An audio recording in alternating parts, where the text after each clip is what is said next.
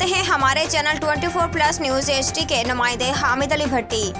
Cameraman Iftikhar Zoya की report के मुताबिक चुंगी अंबर से दूर रात 9 बजे नामालूम घर से मां और बेटी की लाशें बरामद। तफसीलात के मुताबिक चुंगी अंबर से दूर रात 9 बजे घर से मां और बेटी की लाश बरामद। घर के ऊपर वाले फ्लोर से लाश मिली है। मुतलका पुलिस थाना फैक्ट्री पंजाब से सिटी चौकी इंचार्ज बशारत राना और दीगर अफराद ने पहुंचकर तहकीकात की और उसके मुताबिक अपना मौक़िफ़ देते हुए कहा मज़ीद तशवीश कार्रवाई कर रहे हैं, अभी असल हक़ाइक़ सामने नहीं आए।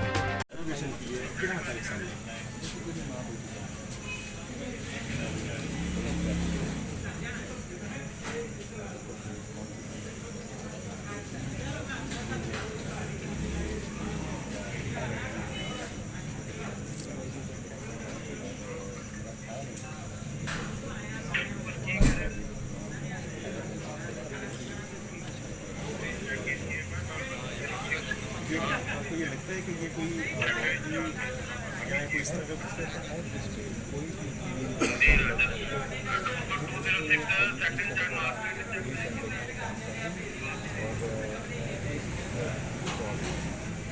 आना कत्ल नहीं है।